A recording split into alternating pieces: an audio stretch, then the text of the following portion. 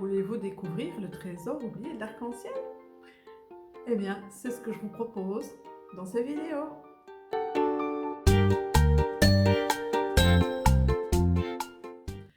Bonjour, je m'appelle Martine Dussard, je suis formatrice en développement personnel, auteure et illustratrice du trésor oublié de l'arc-en-ciel et du livre Les ressources des familles d'âme, la spiritualité à votre portée.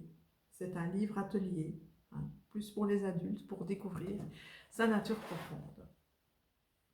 Eh bien, nous voici dans la première vidéo du 4e tome du trésor oublié de l'arc-en-ciel, le rayon vert.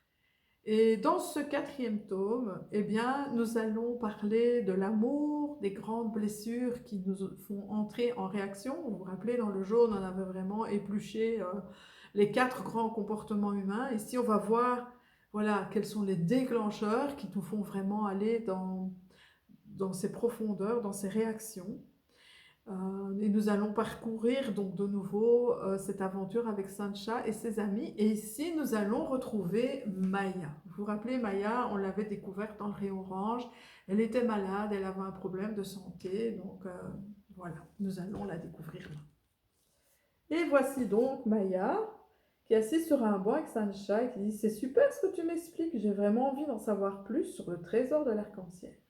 Accompagne-moi, Maya. » D'accord, je trouverai peut-être des pistes pour guérir mes jambes. Salut les amis. Vous êtes prêts? Maya vient avec nous. Elle a besoin de comprendre. Et puis là en bas, on voit donc qu'ils vont tous les deux descendre. Je passe devant toi et je t'aide à descendre.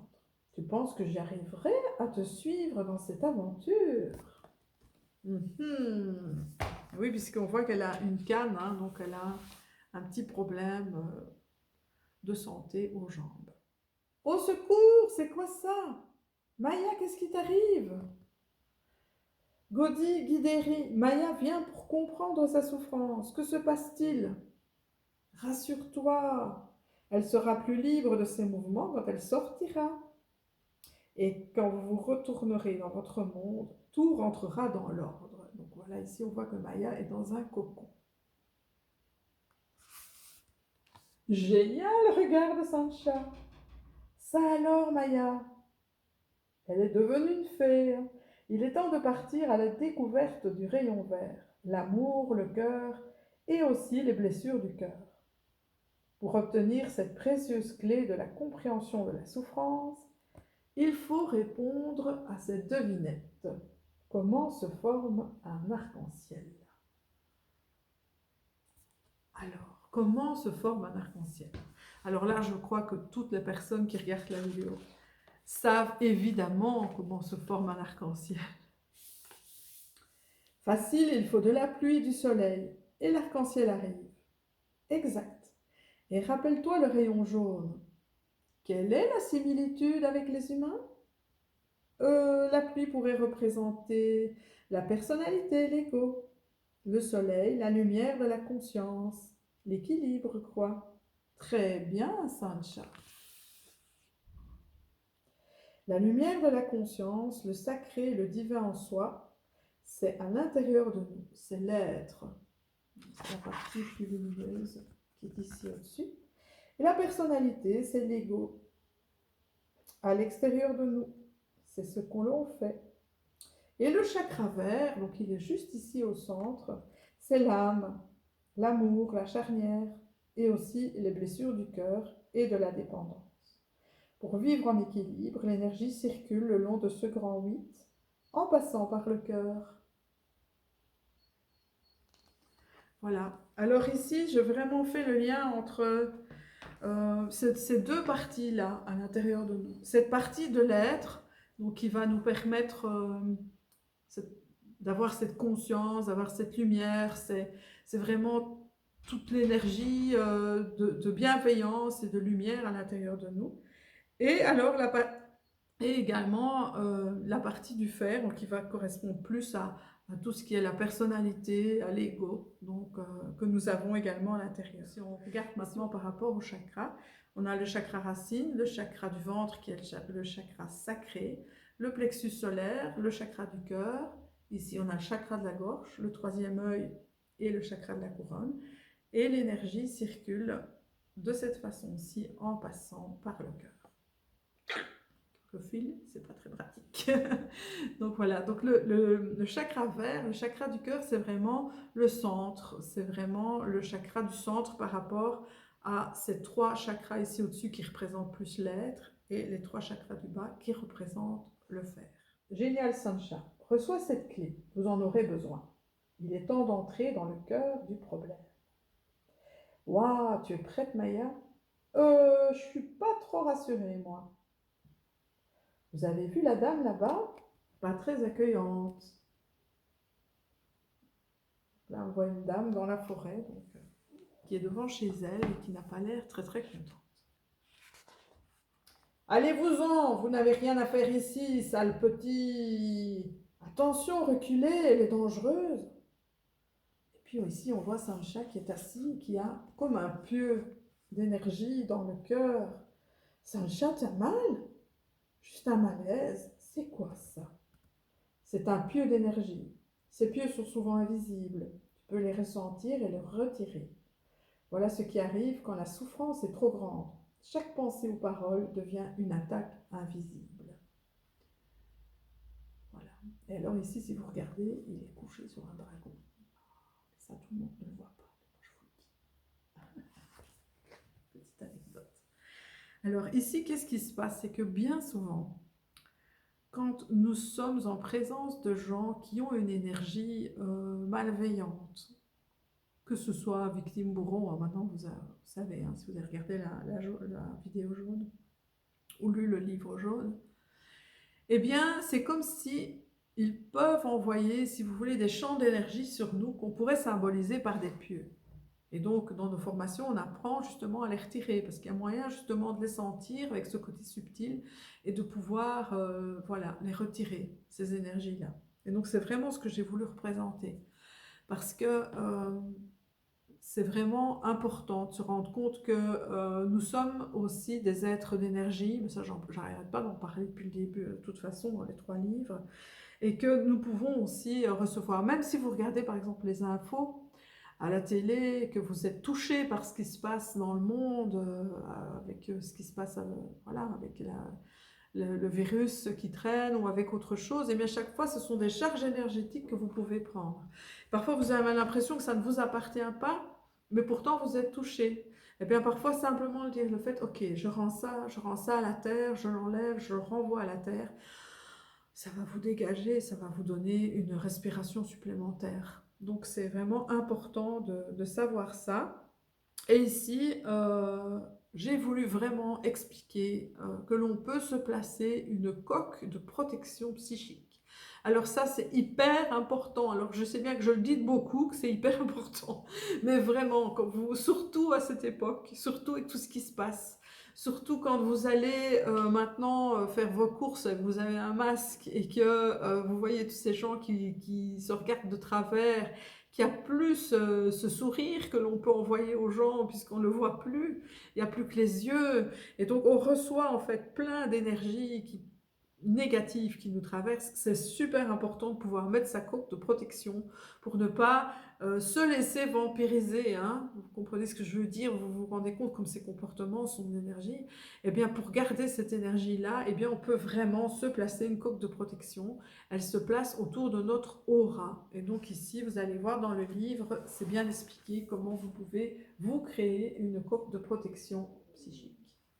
Il est temps d'apprendre à vous protéger. Avec l'énergie de la pensée, chaque être vivant est entouré d'une bulle de vibration, d'énergie appelée aura, et certains peuvent la voir. Ferme les yeux. Imagine une coque bien solide qui s'installe tout autour de ton aura. Elle se soude, tu crées une ouverture au niveau de ton front. En fait, c'est au niveau du 3e œil, hein, vraiment pour garder toujours son intuition. Tu peux maintenant ouvrir cette coque et la fermer par une simple pensée, comme les portes d'un ascenseur. Et là, il peut l'ouvrir. Alors cette coque de protection, c'est vraiment important et nous l'avons mis dans beaucoup de nos formations pour apprendre vraiment aux gens à se protéger énergétiquement. C'est vraiment important et alors on peut tester aussi. Ça fonctionne vraiment ton truc, dit Sancha. Évidemment, ouvre ta coque par la pensée. Si j'avance vers toi en poussant ton énergie, ton corps va vers l'arrière. Ah oui, je recule, dit Sancha. Maintenant, ferme ta coque par la pensée. Je sens une résistance dans ton champ d'énergie et tu ne recules plus. Je ne bouge plus, je suis protégée. Génial les copains, essayez, c'est vraiment surprenant et efficace. Et puis on voit Sancha qui part avec sa coque de protection dans le bas vers la maison de la vieille dame. Voilà. Alors de fait, si vous êtes plusieurs à la maison, vous regardez les vidéos peut-être ensemble, eh bien mettez vous-même cette coque et puis testez les uns avec les autres. Il suffit vraiment d'avancer comme ça avec les mains. Alors évidemment, on peut toujours aller ainsi, hein, mais en y allant vraiment doucement, à un moment donné, on va développer son côté subtil. Si vous voulez développer ce côté subtil, je vous invite à frotter les mains énergétiquement de cette façon et puis à les rapprocher. Et vous allez sentir à un moment donné la densité de l'énergie dans vos mains.